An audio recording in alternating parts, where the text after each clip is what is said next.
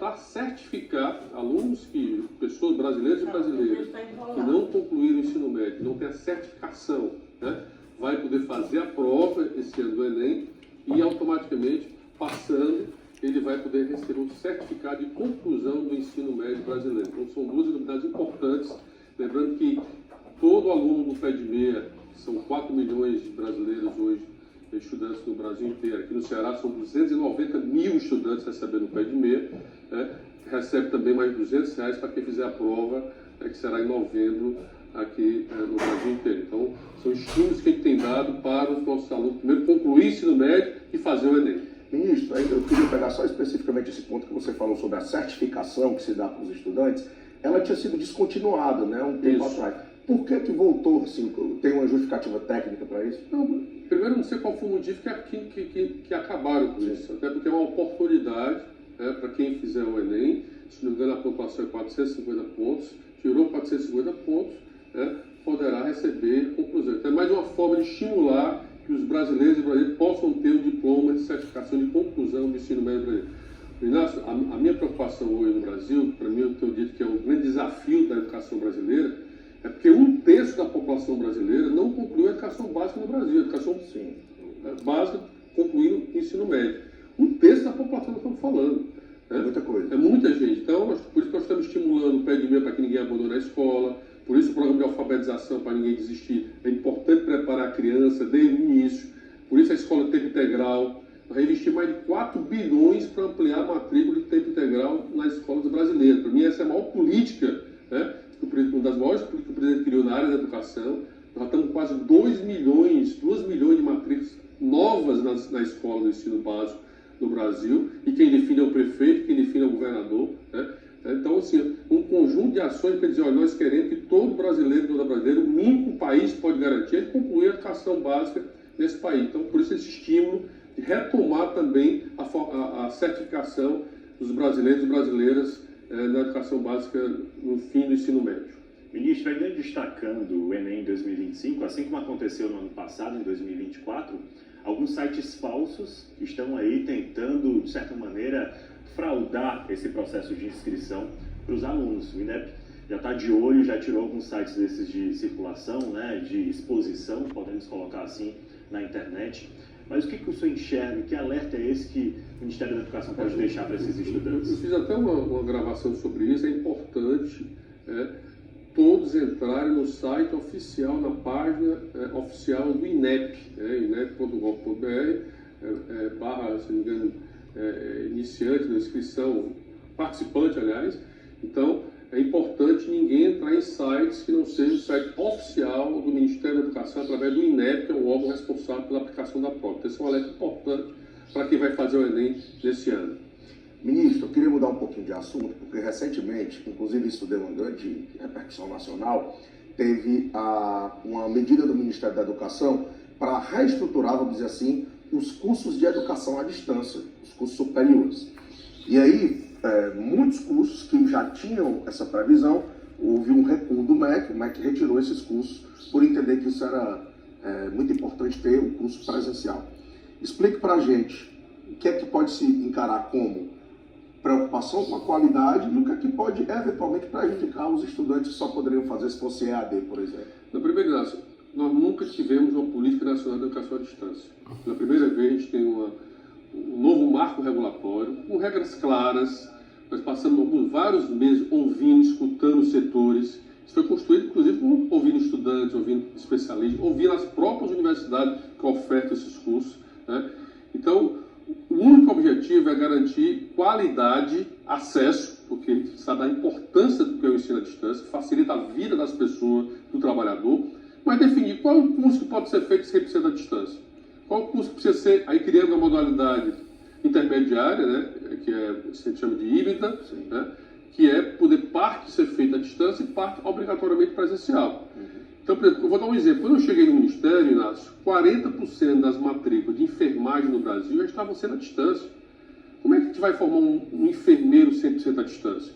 Então, a gente estabeleceu regras, né? Quem quer ser consultado hoje ser atendido pelo enfermeiro formado à distância é uma prática? Enfim, tem determinadas profissões que é impossível isso, para garantir qualidade. Então, odontologia, medicina, enfermagem. Então, o curso precisa ser obrigatoriamente 100% presencial. Cursos vão poder ser feitos de forma híbrida, né, semipresencial, nós estamos chamando, ou seja, aí cada curso na portaria do FII vai definir se é 30% à distância, se é 40% à distância, ou cursos que podem ser feitos presencialmente. Então, estabelecendo regras, garantindo que esses polos que são distribuídos no Brasil têm infraestrutura, né, garantindo qual é o percentual de alunos, relação aluno-professor. Então, o objetivo é garantir qualidade, lembrando que vamos ter 2 anos de transição, lembrando ao telespectador que o aluno que está inscrito hoje, na modalidade que ele está hoje, ele vai ter o direito de terminar o curso dele e 2 anos para essa transição por parte das universidades.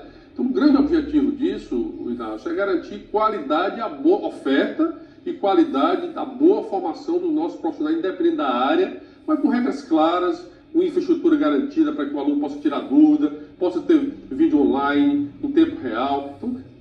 Então, eu acho que foi um decreto muito bem construído, né, para que a gente possa garantir, repito, à população brasileira um ensino à distância de qualidade para toda a população brasileira. Ministro, recentemente o governo federal anunciou limites de repasse para as universidades espalhadas aí por todo o país. Algumas instituições se posicionaram contra essa redução. E a gente queria entender, por exemplo, se o Ministério enxerga que isso pode afetar de alguma maneira o funcionamento das universidades ou não. Alisson, no governo passado, as universidades sofreram muito com cortes orçamentários. No primeiro ano do presidente, a gente deu uma recomposição significativa, né, para as universidades e institutos federais. Lançamos o PAC, que é o fortalecimento das nossas universidades, né, a consolidação de campos já existentes, né, infraestrutura que faltava ainda. Só ter uma ideia aqui, o PAC nos institutos federais, nós estamos construindo aqui 20 restaurantes para os estudantes nos campos de institutos federais aqui só no Ceará. Então, assim, 2 hospitais novos, né? Nós lançamos recentemente um hospital que já está dando uma ordem de serviço do Porangaba do Sul, um hospital novo, né? O hospital regional da Universidade Federal do Cariri também, né, que está em fase de licitação, um hospital novo. Sexta-feira eu vou estar agora no Cariri, dando ordem de serviço do hospital veterinário da Universidade Federal do Cariri. Então, há um volume de investimentos que passou-se um tempo sem investir na universidade. Quando nós encaminhamos o orçamento ano passado para o Congresso Nacional, houve um corte de quase 3 bilhões no orçamento do Ministério, inclusive afetando as universidades, né? Além disso, houve um decreto governamental pela Fazenda reduzindo a distribuição do orçamento anual, em vez de ser uma parcela a cada um mês dos 12 meses, em torno de 70%. Então, eu tenho defendido que é impossível para a universidade poder funcionar com esse corte. Então, amanhã, o presidente da República convocou os reitores e reitoras, será amanhã 9 horas no Palácio do Planalto, como todo ano ele tem feito uma reunião com os reitores, e nós vamos ouvi-los e vamos anunciar algumas medidas importantes que eu já posso anunciar. Primeiro, as universidades vão sair dessa distribuição de 1,18A, vão voltar à normalidade da distribuição. Nós queremos recompor o orçamento que foi cortado no ano passado para esse ano, garantindo que a universidade mostrando compromisso. Tem um presidente que mais olhou para as instituições federais nesse país foi o presidente Lula, que ampliou os institutos federais, que ampliou as universidades, que levou a universidade para o interior, né? Aqui vê o caso do Ceará, nós tínhamos 4 institutos federais, nós temos mais de 30, né? Temos mais 6 novos institutos federais agora no Ceará, 2 inclusive em Fortaleza. Então, 2 novos campos também, o campo da Praia de Iracema, que nós viemos aqui para dar a ordem de serviço já, resolvendo um antigo problema, que é a questão do aquário. Lá vai ser um campus da Universidade Federal do Ceará. E também o campus novo de Baturité, que o curso de medicina lá, o curso novo já começou, né? Vamos ter curso de medicina em Russas. Então, uma série de investimentos importantes que hoje, mas amanhã nós vamos ter essa reunião com os reitores exatamente para anunciar medidas importantes para garantir o bom funcionamento na nossa universidade e institutos federais. Ministro, só para pegar esse gancho, um dos grandes debates aqui que aconteceram, no Ceará inclusive, é que o partido do senhor fazia críticas ao governo Bolsonaro, que é o governo anterior, em relação a essa questão aí do corte das universidades. E estaria agora acontecendo o mesmo, né? O que é que tem sido feito para tentar diminuir o impacto disso, né? Não, isso não é verdade. Se você for pegar o menor orçamento da série histórica dos últimos anos da universidade, foi no período do governo Bolsonaro. A maior redução.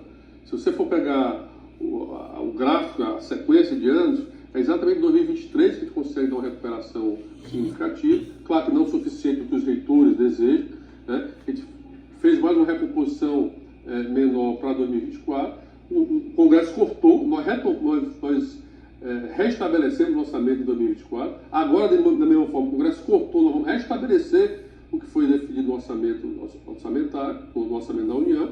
E, claro, vamos trabalhar, é uma luta minha, do presidente Lula, repito, na história do Brasil não existe um presidente. Lembrar que nós só tínhamos 140 institutos federais no Brasil. Hoje nós estamos com 700. Vamos chegar, com esses 100 novos, vamos chegar a 785 institutos federais no Brasil inteiro. Então, assim, o Congresso agora autorizou, está lá para ser aprovado, para a gente poder contratar novos servidores, tanto terceirizados, ou tanto técnicos como professores. Então, um conjunto de ações. Então, esse debate, vamos dizer, é suficiente os recursos hoje. Nós gostaríamos de aumentar, e vamos amanhã, se Deus quiser, dar uma notícia boa para as universidades e institutos federais. Mas não tem comparação em relação. Aliás, Inácio, o governo passado acabou com o MEC, o Ministério da Educação. É impressionante, eu sou gestor, fui governador, é impressionante que nós temos que reestruturar o Ministério da Educação nesses últimos 2 anos e 5 meses que eu estou naquele Ministério. Então, informação, pessoal, fizemos concurso público, restaurando as instituições. É bom lembrar que a fama do Ministério que foi de 5 ministros, né, em 4 anos, e era as barras de ouro da corrupção dentro do FMT na época. Então, assim, nós estamos garantindo hoje um ministério que dialoga com o governador, que dialoga com o prefeito. Eu era governador para sentar no STF para receber os recursos que o Ministério devia às obras, né, para o Ceará, ainda dos governos anteriores. Você entrar na justiça para receber. Então, hoje é outra dinâmica, independente do governador, independente do prefeito, né, uma relação republicana, institucional. O que está em jogo é a população, é o jovem, são as escolas, são os professores que estão lá na ponta dos municípios e estados brasileiros. Ministro, tem um ponto também que eu acho que é importante, que chamou muita atenção da população brasileira, que é a proibição, né, do uso de celulares, principalmente naqueles primeiros anos, né, do ensino fundamental. A gente está quase chegando agora no fim do primeiro semestre dessa medida, né? A gente pode dizer que há um êxito nisso? O Ministério tem feito alguma pesquisa, algo que possa mostrar para as pessoas que isso foi benéfico mesmo? Olha, o que eu posso dizer, Inácio, que para mim, essa foi uma das mais importantes medidas que nós tomamos ao longo desses 2 anos e 5 meses. Todos os estudos científicos mostram o prejuízo que é o excesso de uso de telas, principalmente de crianças e adolescentes, né? O mundo inteiro está preocupado com isso. Vários países já restringiram. Eu acho que o Brasil tomou uma atitude importante, né? Eu tenho visitado escolas. Eu fui agora, esse ano, já em escola do Rio de Janeiro, por exemplo. É impressionante, a meninada voltou a jogar totó no recreio, ping-pong, conversar. As pessoas não sabem mais brincar no recreio de escola. As pessoas não conversam mais, não brincam mais. Então, e além de um problema chamado déficit de atenção, você tira a atenção. Como é que você pode imaginar um professor dentro de uma sala dando aula e o aluno no WhatsApp, olhando redes sociais? Isso não existe, gente. Isso atrapalha o aprendizado. E houve, claro que houve, principalmente dos adolescentes maiores do ensino médio, uma reação no início, mas eu já fui visitar escolas em Alagoas, fui visitar escolas em Sergipe, já fui visitar escolas no Rio de Janeiro. Então, e eu estou impressionado com um sentimento de que o resultado, conversar com professores, é impressionante como tem sido, o efeito disso tem sido positivo, né? Claro que nós não temos aí um estudo para mostrar o resultado, mas não tenho dúvida que, para mim, foi uma das maiores medidas importantes que esse país tomou, foi restringir. Não é proibir, é restringir. É restringir. Você pode usar o celular com fins pedagógicos na sala de aula, sob a orientação do professor. Nós estamos estimulando o uso de tablet, o uso da informática, do conectividade. Nós temos uma política de conectividade de escola. Mas o que nós estamos falando é do uso pessoal do equipamento dentro da escola. Você tem uma ideia? Saiu um estudo internacional mostrando que a média de uso do brasileiro de acesso a redes sociais, média per capita, é 9 horas e 3 minutos. Um brasileiro hoje, em média, passa numa rede social. Isso causa uma série de transtornos mentais, tem estudos publicados sobre isso, e principalmente uma fase de uma criança, né? Tem inclusive estudiosos que dizem que a criança só pode ter acesso à rede social a partir de 16 anos. Então, os pais sabem do que eu estou falando, a dificuldade de você controlar, eu mesmo controlar os filhos da gente em relação ao uso das telas. Então, eu acho que isso é uma medida importante, né, que não tenho dúvida que vai melhorar a qualidade da aprendizagem das crianças e jovens de todo o Brasil. Ministro, o MEC se mostrou favorável a um projeto de lei que coloca um piso salarial para funções técnico, administrativo e também operacional da educação básica. Como é que o senhor enxerga essa possível decisão? É como valorização dessas profissões, por Não exemplo? tenho dúvida. Por que o professor tem um piso e aquele auxiliar que dá apoio na escola não pode também ter? A questão toda é porque todas as medidas que a gente deve tomar, que o Congresso vai aprovar ou não, ela precisa ser discutida, não? Ela não pode ser feita, porque também isso exige a questão orçamentária, existe recurso para que possa garantir o pagamento desse piso. Então eu defendo, mas nós temos um amplo debate junto com a Associação dos Prefeitos, dos governadores, para ver o impacto que isso tem, né, em toda a educação básica brasileira, para garantir, não adianta você só ter um piso, é importante ter a garantia do pagamento, que recebam, mas acho que merece, todo funcionário, servidor que trabalha na área da educação merece um piso salarial para a área educacional. Alisson e ministro, eu queria só retomar esse tema que a gente estava falando anteriormente, né, do uso de celulares, porque o próprio ministro, você já também falou aqui para a gente sobre os impactos do uso de redes sociais. Há algum projeto do Ministério, em parceria aí com os municípios, com os estados, para tentar, ministro, dar às crianças e aos adolescentes outras opções em relação a esse negócio do uso de rede social, que é realmente uma política que preocupa muito as famílias cearenses e brasileiras, certamente? Então, nós temos hoje toda uma parte de formação de professores, de gestores escolares, de orientação de quais são as ferramentas que podem ser utilizadas nas aulas, dependendo da série escolar do aluno. Então, há todo um político, não é só restringir o celular, nós estamos dando todo um apoio. O MEC hoje tem uma plataforma, Inácio, que a gente hoje atinge milhões de pessoas, né, e centenas de milhares de professores em formação continuada. E essa é uma área que nós estamos procurando criar, chamada cidadania digital, né? O letramento digital também para o professor que não tem acesso hoje a um computador, que não sabe hoje manusear um computador, porque não tem mais retorno, né? O mundo hoje é digital, o mundo hoje é tecnológico, precisamos garantir que a qualidade dessa tecnologia, dessa ferramenta, possa ser usada com cidadania para aperfeiçoar a qualidade da aprendizagem dos nossos jovens. E aproveitando o gancho também, né, Inácio, a gente estava discutindo aqui sobre o celular, mas a gente pode até ampliar e tratar sobre a rede social. A rede social também gera uma preocupação. O Ministério tem um olhar para a rede social? Existe alguma ideia de regulamentação, por exemplo? É o que nós temos defendido, tive até agora na Câmara, agora também para a audiência, nós estamos defendendo que o Brasil precisa regular as plataformas digitais, as redes sociais no Brasil, até para dar limites e até para também dar responsabilidade e poder até punir as responsáveis, não só por quem divulga fake news, estimula o ódio, né, a violência, mas também as próprias plataformas que permitem esse tipo de uso. Então, o Brasil precisa, esse debate com o Congresso Nacional precisa avançar e o Brasil precisa ter uma nova regulamentação em relação ao uso das redes sociais no Brasil. Eu queria até dar uma notícia em primeira mão aqui, Inácio, é que essa semana eu vou estar assinando uma portaria importante do Ministério, que é sobre o salário da educação, né? Hoje, os municípios e estados brasileiros recebem algo em torno de 21 bilhões, né? E havia uma demanda muito forte dos prefeitos para que esse recurso pudesse ser utilizado para alimentação escolar, não era permitido.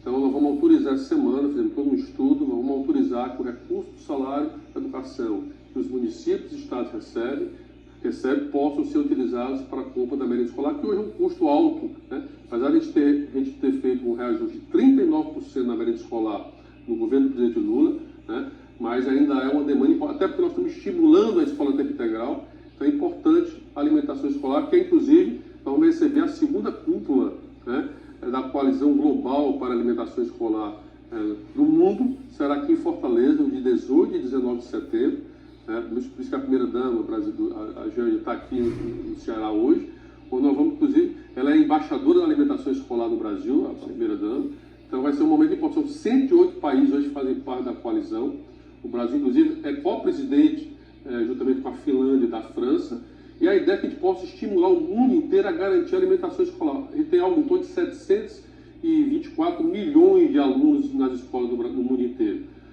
Um pouco mais de 418 mil tem alimentação escolar. Então nós estamos ainda muito distantes de garantir que toda criança, todo jovem no mundo inteiro, e o Brasil é um exemplo disso, porque tem uma maior política de alimentação escolar, uma das maiores do mundo. Então essa vai ser um momento importante para a gente poder fazer essa discussão mundial que nós estamos trazendo aqui para o Ceará, para Fortaleza.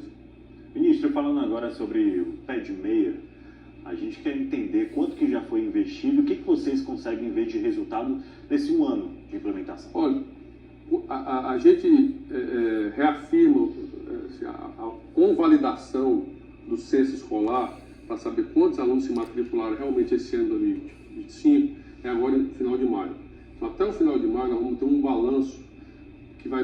O PEDME está completando um ano, completou um ano. Então nós vamos ter um balanço mais ou menos qual foi o efeito do PEDME. Eu posso dizer que o PEDME teve um efeito já enorme no Enem. Nós saímos em algo em torno de 59% dos alunos inscritos no ensino médio ano passado, para quase mais 90% que fizeram o Enem. Eu não tenho dúvida da quantidade de alunos que voltaram para a escola, né?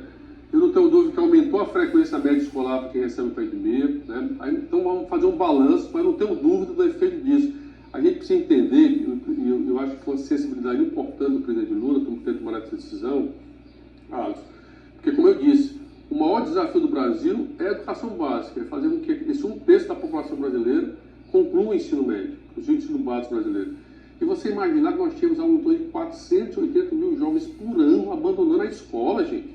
Saindo da escola. É quase 500 mil de jovens por ano no Brasil deixando a escola. E a grande motivo é a questão financeira. É precisar chegar naquela idade de 15 anos, 16 anos e precisar trabalhar para ajudar no orçamento familiar. Então o que nós estamos fazendo é dizer, olha, ao jovem, nós queremos que você fique na escola, estamos dando uma ajuda mensal para você. E não é um programa de transferência de renda, o PEDME. É um programa educacional com contrapartida. Se o aluno não frequenta 80% da escola, naquele mês ele perde a parcela dos R$200. Ele pode voltar a receber, mas precisa garantir a média de 80%. E só recebe a poupança de R$1.000 no final do ano se passar de ano. Então é um estímulo que a gente dá para o jovem dizer que o caminho dele é a educação, é concluir o ensino médio. E para mim acho que é um dos grandes programas do governo do presidente Lula. Ministro, falando agora sobre ITA, né? Está em construção o campus aqui na capital cearense, no estado do Ceará. E a gente queria entender em que pé está essa obra e se vai dar tempo para que em 2027 os estudantes possam chegar aqui também na instituição. Não tenho dúvida, a obra está bem adiantada, a primeira fase, né, já está em obras, né, e já concluíram agora a licitação da segunda fase, que são a construção dos laboratórios e toda a restauração ali da base aérea. Então, nós já fizemos o vestibular do ITA, os alunos já estão em São Paulo, no São José dos Campos, cursando. Saiu agora a autorização para fazer um concurso público para professores e servidores do ITA, aqui no Ceará. Então, nós temos aí 2025, o restante, 2026, para que em 2027 os alunos estejam cursando, né, o restante do curso aqui no Ceará. Para mim, um dos maiores orgulhos que a gente tem de ter nesses 2 anos e meio foi ter trazido o ITA para o Ceará. Aliás, se você for fazer um balanço, Inácio, é importante o telespectador saber disso. Veja bem, em 2 anos e meio, nós trouxemos o ITA para o Ceará, 2 hospitais universitários do SUS que vão atender a população, um hospital universitário, 2 novos campos da Universidade Federal e da Universidade Federal do Cariri e da Unilab, lá em Baturité, 6 novos institutos federais. Nós já contratamos 78 creches para os municípios aqui no Ceará, 55 escolas de tempo integral, já entregamos 113 ônibus para os municípios cearenses, né? Então tudo isso no esforço para que a gente possa garantir investimentos importantes, fora o PEDME. O PEDME hoje é quase 800 milhões por ano de investimento, só aqui no estado do Ceará. São 290 mil alunos hoje recebendo o PEDME. Nós investimos aqui 200 milhões para ampliar a matrícula de tempo integral no estado do Ceará. Então, fora uma série de programas importantes. Então, a educação voltou a ser prioridade no governo federal, no governo do presidente Lula. A gente fala de orçamento, mas conseguimos ampliar o orçamento comparado 2022 com o orçamento de 2025 em mais de 60 bilhões de reais no Brasil inteiro. Isso tem nos permitido poder fazer o programa PEDME, poder fazer o programa de escola tempo integral, poder fazer o programa de conectividade, poder ampliar as universidades, os institutos federais, poder fazer concurso, poder fazer novos hospitais. Vamos terminar o mandato do presidente Lula, nenhum estado brasileiro vai deixar de ter um hospital universitário da sua universidade. Hoje nós temos estados que não têm hospital. E aqui no Ceará vamos ter 2 novos hospitais importantes que vão atender a população pelo SUS, além da formação importante. Então, eu tenho muito orgulho de poder fazer parte desse projeto, poder estar contribuindo com a experiência do Ceará, com a experiência como gestor para a educação pública, não só do meu estado, mas também do Brasil. Ministro, assim a gente encerra a nossa entrevista, a nossa conversa por aqui. Quero agradecer ao Inácio também pela participação e ao senhor com a palavra final aí para o cearense. Eu queria só agradecer, parabenizar vocês, grandes profissionais da comunicação e da imprensa no Brasil. Dizer que sempre é um prazer para mim participar também desse Bom Dia, conversar com a população, prestar contas, até porque eu devo muito ao Ceará, devo muito aos cearenses. Então eu estou lá nessa missão hoje, servindo ao meu país, mas claro que sempre olhando o meu querido estado do Ceará, apoiando o governador Elmano, que tem feito um grande trabalho, agora ajudando ao prefeito Roberto Cláudio, né, o prefeito Evandro Leitão, confundindo aqui o ex-prefeito, ajudando ao prefeito Evandro Leitão aqui em Fortaleza, tem desafios enormes na área da saúde, na área da educação. Nós vamos anunciar agora a nova seleção do Parque 2, são novas creches, novas escolas, e Fortaleza também vai ganhar novas creches e novas escolas aqui para o município. Então, esse desafio importante, com um único objetivo: melhorar a vida das pessoas, melhorar a vida do fortalezense, melhorar a vida do povo cearense. Então, esse é o nosso compromisso como homem público, que tenho dedicado a minha vida nesse sentido. Então, agradecer e dar um bom dia, que Deus abençoe a todos nós. Sexta-feira eu vou estar no Cariri, dando ordem de serviço desses importantes equipamentos. Enfim, trabalhando muito, arregaçando as mangas e trabalhando pelo Ceará e pelo Brasil. É isso. Muito obrigado mais uma vez.